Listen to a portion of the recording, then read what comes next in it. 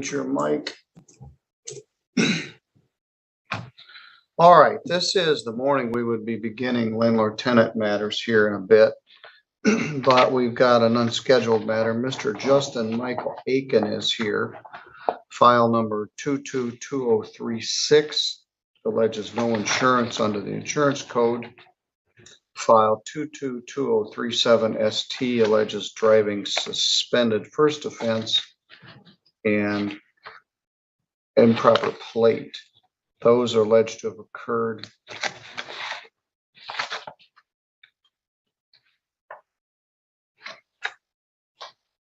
on October 18th of last year. Also, the case is file 2240 SM, alleges no insurance and driving suspended on January 1st of 2023. Mr. Aiken is here. This matter was set for jury trial on Wednesday, May 24th. Deborah Davis is here with us from the prosecuting attorney's office. She had been managing these cases, but she was obligated to try another case in the circuit court on Wednesday, very important case. And Casey Johnson was assigned then to handle this case, and he was here Wednesday, ready to proceed. We had prepared the jury instructions. We had 30 jurors here, and we were prepared to go to jury trial on the October 18th case. In your case, you had steadfastly maintained your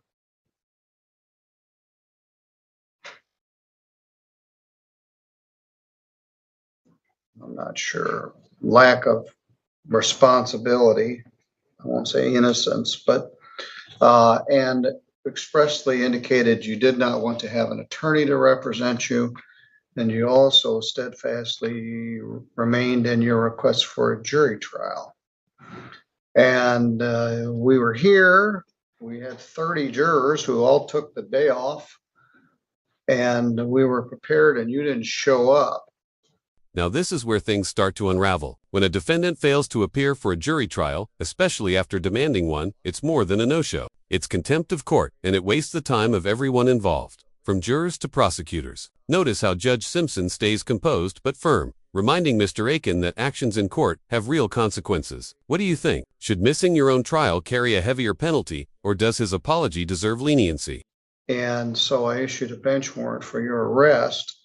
And I said on the live stream that if anybody knows Mr. Aiken, have him come turn himself in. And that was Wednesday. And here it is Friday morning, and here you are. Mr. Aiken, what's your position here? Well, Your Honor, I'd like to apologize to you and everybody that was here for the trial. And I got scared that day, and I apologize to everybody for not being here. And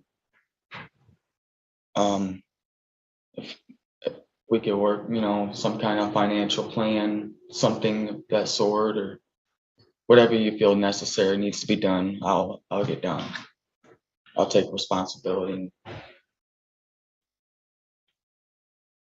Mr. Aiken, have you paid your ticket in Coldwater? I'm actually been trying to work on that. Okay, so once that's done, you'll be able to get your license from the Secretary of State again. Yes. Okay. And I plan on getting insurance as well on my vehicle. Very good. Well, we still have these two cases, which were set for jury trial.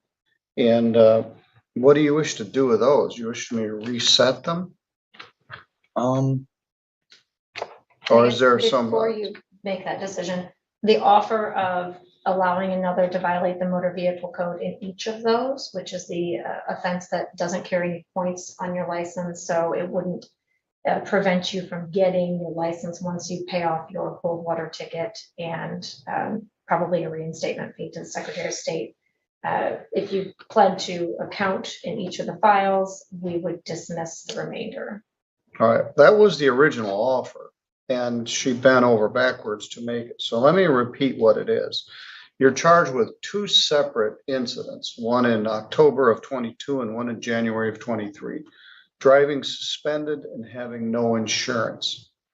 No insurance is punishable by up to a year in jail. It carries a minimum fine of $200, a maximum fine of $500. It requires you to be fingerprinted, and it doesn't have a restriction. The driving suspended charge requires that your license be suspended. It carries 2 points, fine of up to $500 and up to 93 days in jail. The prosecutor is agreeing to dismiss all of that, plus the plate violation, for 2 pleas to allowing another to violate the motor vehicle code. Allowing another to violate the motor vehicle code is sort of a legal fiction. The other that it is allowing to violate the code is yourself. But it carries no points. It doesn't get abstracted to your driver's license and won't affect your ability to keep or maintain your license. Ms. Davis had made that offer at least twice before, and This moment is critical. After months of resistance and self-representation, Mr. Aiken finally accepts the plea deal, one that's far more generous than most defendants get. Here's the key takeaway. Prosecutors often offer allowing another to violate the vehicle code as a softer charge, essentially a legal loophole that avoids points on the license. It's a lifeline for those trying to get back on the road legally. But it's also a reminder that stubbornness in court can cost far more than pride. It can cost your freedom. declined it. Are you willing to accept that at this point? I'm willing to accept that, Your Honor. All right, did anybody promise you anything to get you to plead to this? No. Diana, you need Debbie? I just need a signature. Thank you, Judge. Sure. And let me know. I'm sorry. You can keep that. Am I that? No, actually, no, I need it back. I just thought you might need a pen. I don't typically work paperless, but that's an amended information or amended. All right, Mr. Aiken, let's talk about that. Other than what Deborah said and what I just explained to you, did anybody promise you anything to get you to plead to this? No. It was all me just wanting to get this taken care of and resolved. All right, anybody threaten you? No, sir. Do you understand that if you do plead to these charges, you'll be giving up your right to have a trial in front of a judge or jury? Yes, I If you had a trial, you would have the right to be represented by an attorney. All you gotta do is ask me, but you've been adamant throughout that you did not want to have an attorney to represent you. If you had a trial, you'd have a right to have any of the witnesses for or against you subpoenaed to come to court so that you could be questioned under oath.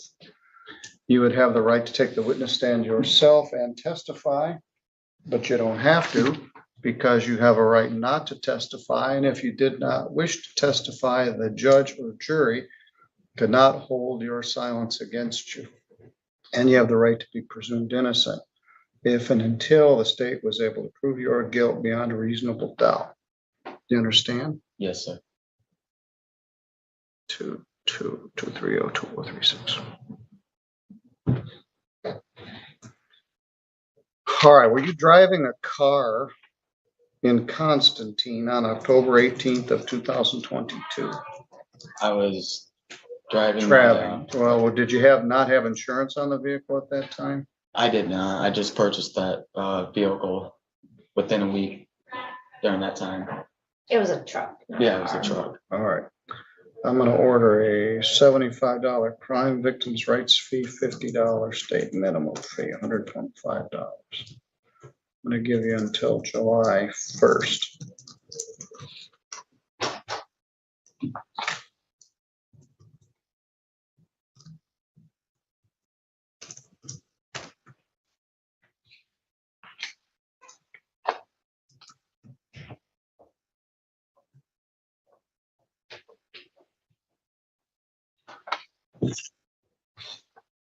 All right, that takes care of the first case. In the second case. Oops.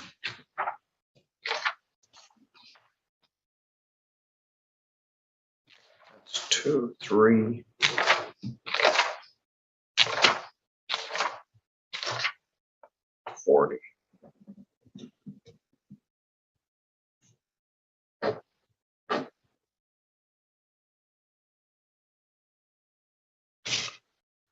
An order, 10 days jail, credit 0, leaving 10 days to serve.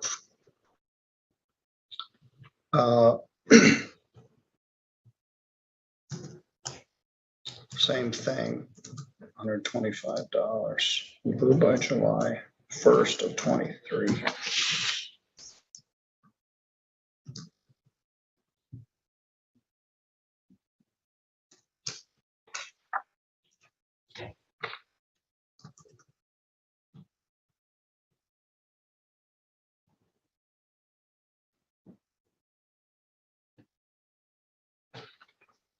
I also find that you're in contempt of court for failing to appear for your jury trial on Wednesday.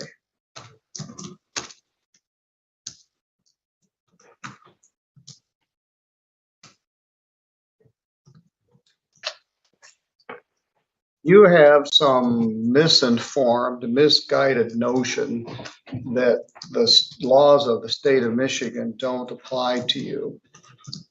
People refer to this as sovereign citizen, but that isn't what it is. There's no sovereign in it. I call it willingly misinformed defendants. There's no sovereign about it. And you wasted a whole bunch of our time, the prosecutor's time, filed a bunch of documents that didn't mean anything. You were always respectful, but she made this very generous plea offer several times, but you wanted to represent yourself. You wanted to have a jury trial.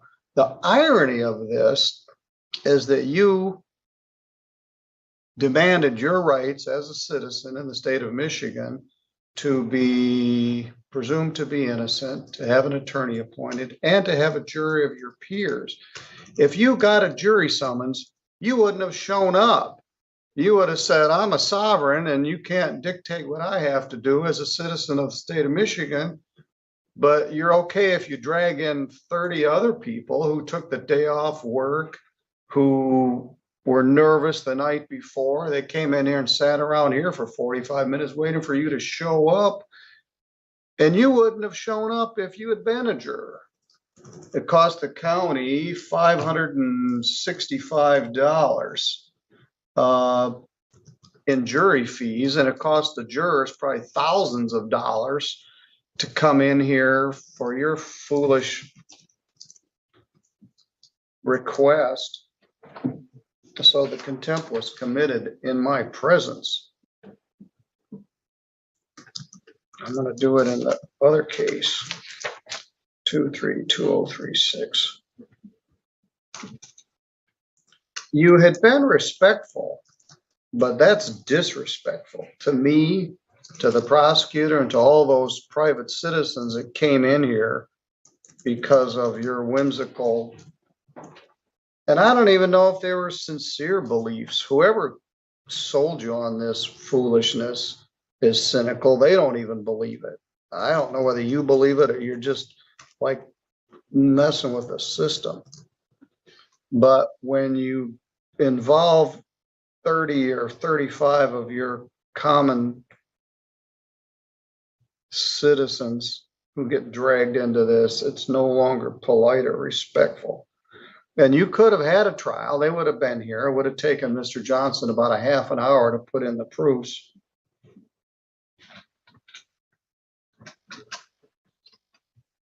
I also understand, Deborah, he may have 4 or 5 warrants out of Elkhart County, Indiana, and a non-support warrant. So I believe he's also wanted in Indiana.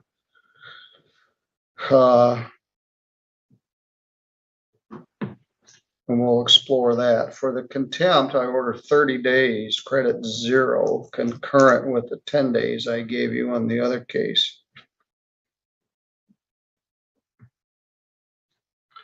And the cost of the juror to the county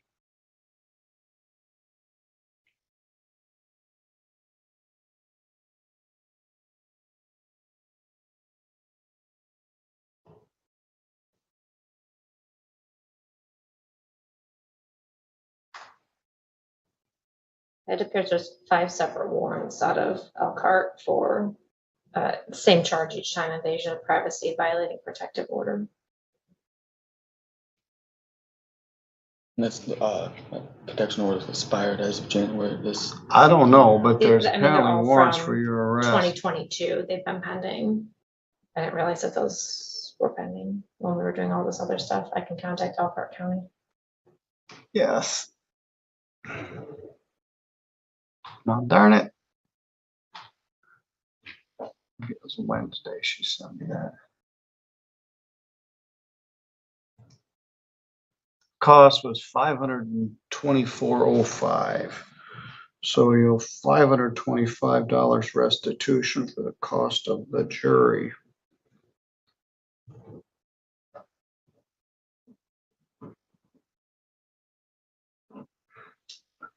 You got a sweet deal from Miss Davis. My advice to you is you get a driver's license like everybody else, like all those jurors that came in here to hear your case.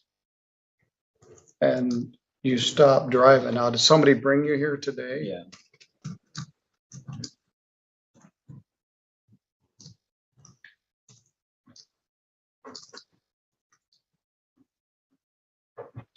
You got 10 days on the driving charge. You weren't traveling, you were driving. You got 30 days for poking me in the eye with a sharp stick by not showing up for a jury.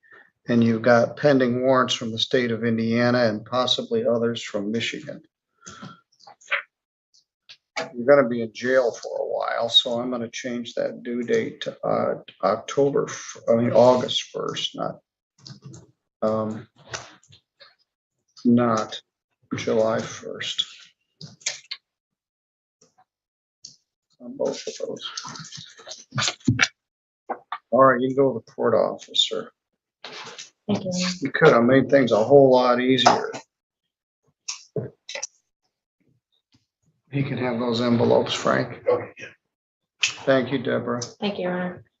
What a case. Judge Simpson's courtroom saw patience tested and lessons learned. Justin Aiken walked in facing multiple driving violations, a missed jury trial, and even potential warrants from Indiana. In the end, he got a relatively light sentence, but not without a sharp rebuke from the bench. The real takeaway here: courts will give you chances, but not unlimited ones. Respecting the system isn't about fear. It's about accountability. What did you think of Judge Simpson's handling of this case? Was he too harsh or perfectly fair? Let us know in the comments. And if you found this breakdown as eye-opening as we did, don't forget to like, share, and subscribe for more real courtroom moments and professional analysis right here on the channel.